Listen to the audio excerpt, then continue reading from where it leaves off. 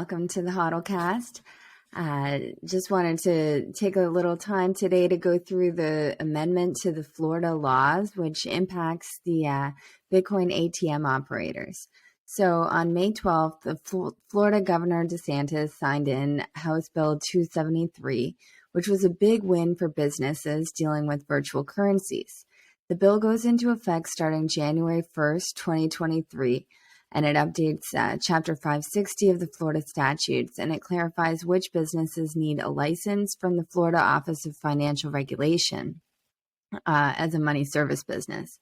It also updates a few key terms within the state's MSB laws, and it eases the burden on two-party transactions. So it creates an actual distinction between whether you're doing a three-party transaction or two-party transaction with Bitcoin.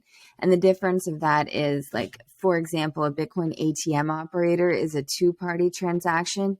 The operator sells the customer Bitcoin from their own wallet, whereas a third-party transaction would be something like how Western Union operates. You go and you give your funds to Western Union, and then they turn around and send that to, your utility bill provider. So that's a third-party transaction, and that's typically what requires the license in most states. From a crypto perspective, it turns on the custody as well. So you've given your custody over to that other company versus a two-party transaction where the sale happens immediately and no one has the ability to steal your funds.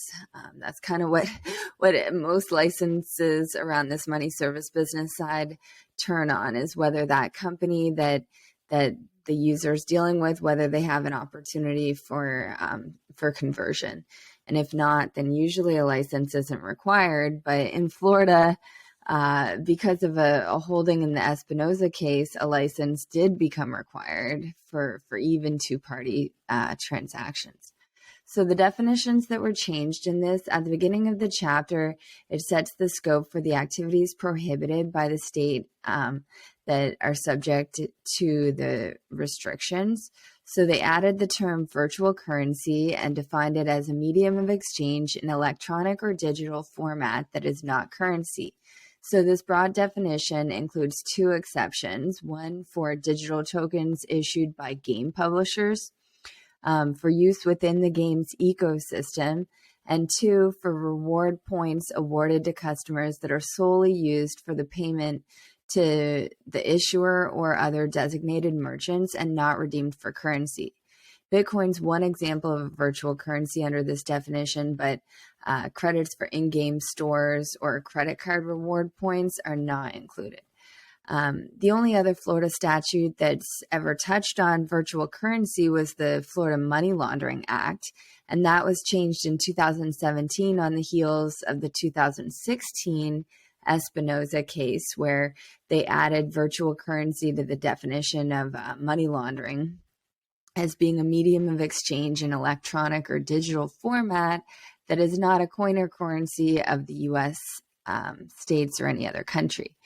Even though both these general definitions are fairly vague, recognition of the virtual assets as medium of exchange that are not currency by the Florida legislature shows the state lawmakers understand the need for clarity in the crypto space, and they have a willingness to do so. And, that makes the aim anyway is to make Florida a more crypto-friendly state. The MSB amendment also modifies the definition of money transmitter, payment instrument, electronic instrument, monetary value, and stored value to account for the inclusion of virtual currencies. The most notable of these changes is how a money transmitter now specifically excludes those who act as a principal in a virtual currency transaction, instead including only those with the unilateral ability to execute or prevent a transaction as money transmitters.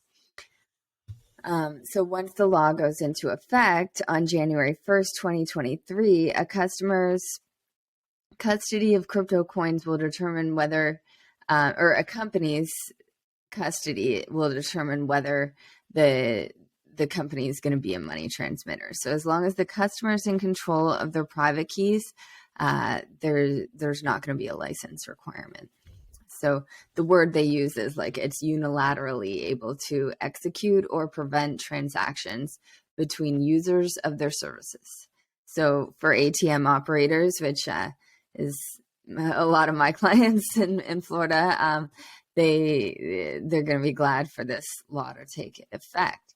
The change is important here because, well, it's been a bit of a challenge in Florida because for a long time, up until 2021, actually, the general rule was that a two-party transaction did not require a license. But then with this Spinoza case in 2019, there was an appeal with the Florida 3rd District Court of Appeal, and they found that Spinoza not only engaged in money transmission, but he also acted as an unregistered money transmitter and a payment instrument seller.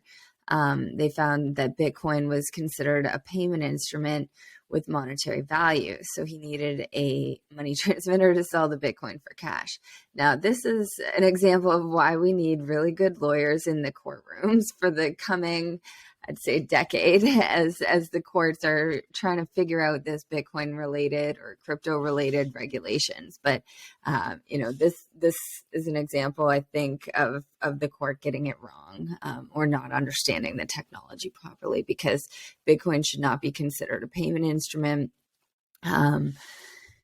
or monetary value, because monetary value money has to be, state issued money. So anyway, it came out, all Espinoza did was sell around $1,500 worth of Bitcoin to an undercover agent.